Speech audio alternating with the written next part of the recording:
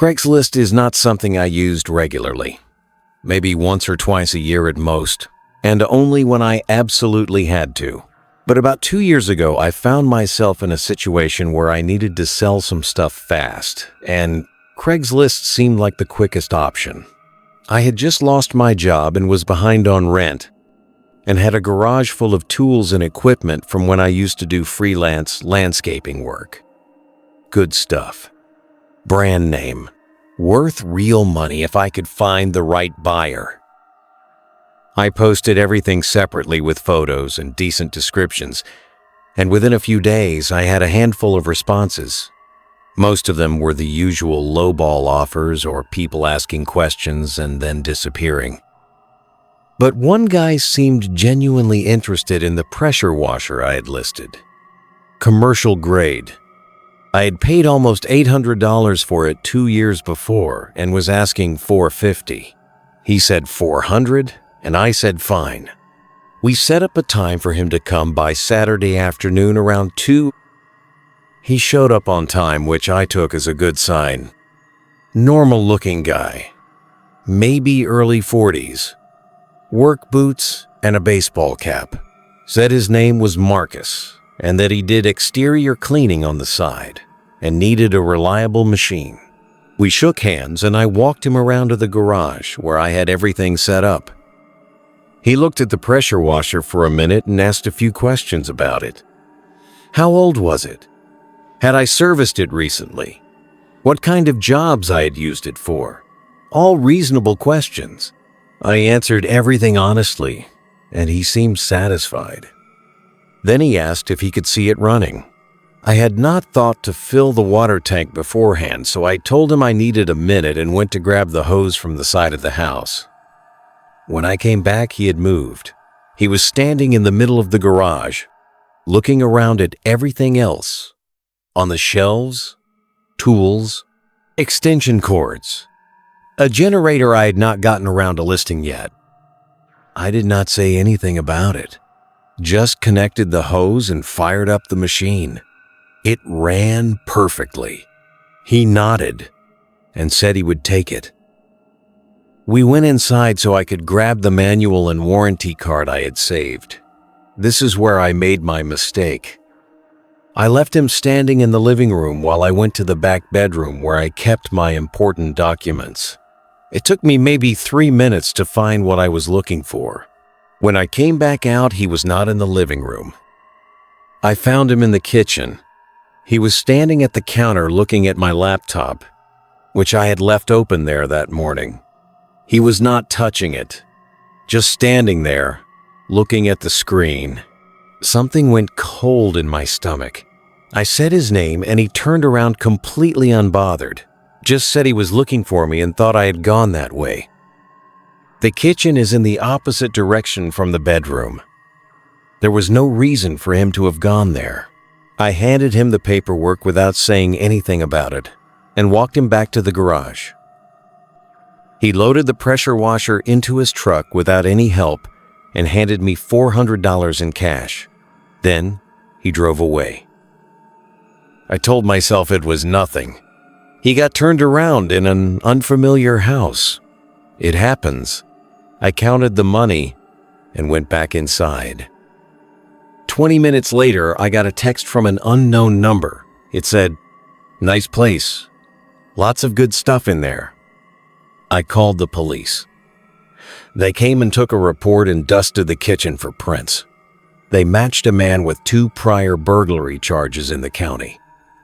He had been using Craigslist to case houses for months, going in under the pretense of buying something, looking around, coming back later. My house was never broken into.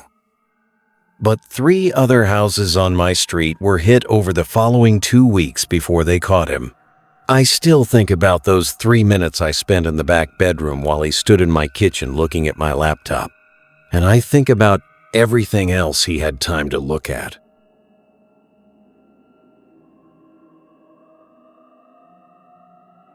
I need to start by saying that I knew something was off from the beginning, and I ignored it anyway, which makes this story as much about my own stupidity as it is about anything else. I was looking for a used motorcycle on Craigslist about 3 years ago. Had been saving for months and had around $2,000 to spend. After about a week of searching, I found a listing for a bike that was almost exactly what I wanted. Good make, reasonable mileage. And the price was $1,200, which was genuinely too low for what it was. I messaged the guy, and he got back to me within an hour. Said he needed to sell it fast because he was moving out of state next week. Classic line. I knew it was a classic line. I messaged him back anyway. We agreed to meet in a parking lot near his neighborhood. Public place, daytime, all the things you are supposed to do. He showed up on time with the bike on a trailer behind his truck. It looked exactly like the photos. I walked around it, checked the engine, sat on it. Everything seemed legitimate.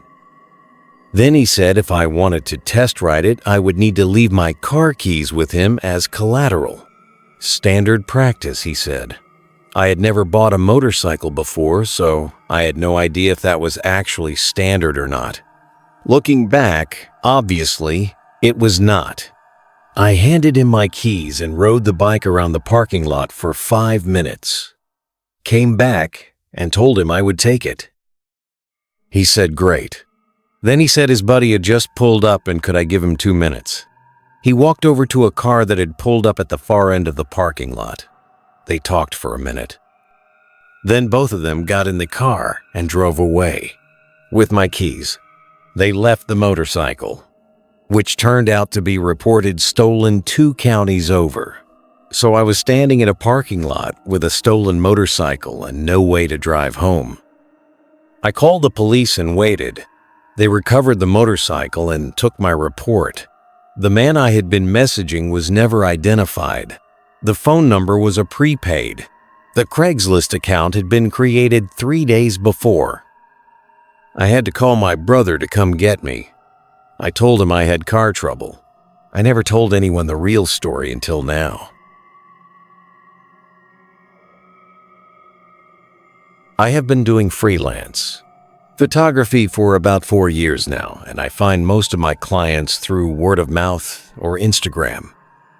But when I was just starting out, I used to take any job I could find, including ones posted on Craigslist. Most of them were fine. Normal people who needed headshots or product photos or real estate listings. Nothing unusual. But about 3 years ago, I responded to a listing that I should have left alone. The post was asking for a photographer to come to a private residence and take photos of antiques and collectibles for insurance purposes. Decent pay. Simple enough job. I messaged the address to my roommate before I left the way I always do and drove over around 10 a.m. on a Tuesday. The man who answered the door was older, maybe mid-60s. Polite enough when he greeted me. The house was large and very cluttered. Every surface covered with figurines and old furniture and framed prints stacked against the walls. There was genuinely a lot to photograph, and I figured this would take a couple of hours. We started in the living room and everything was normal for the first 30 minutes or so.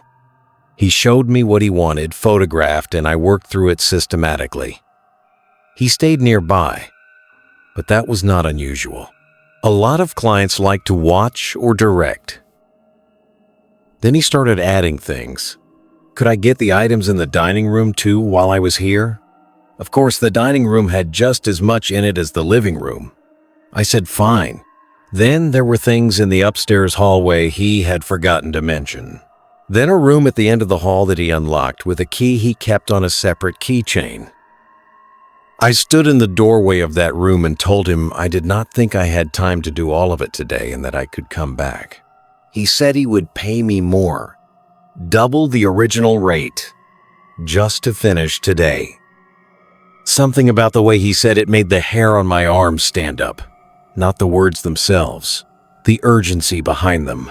Like it was very important to him that I stay in that house and finish everything today specifically.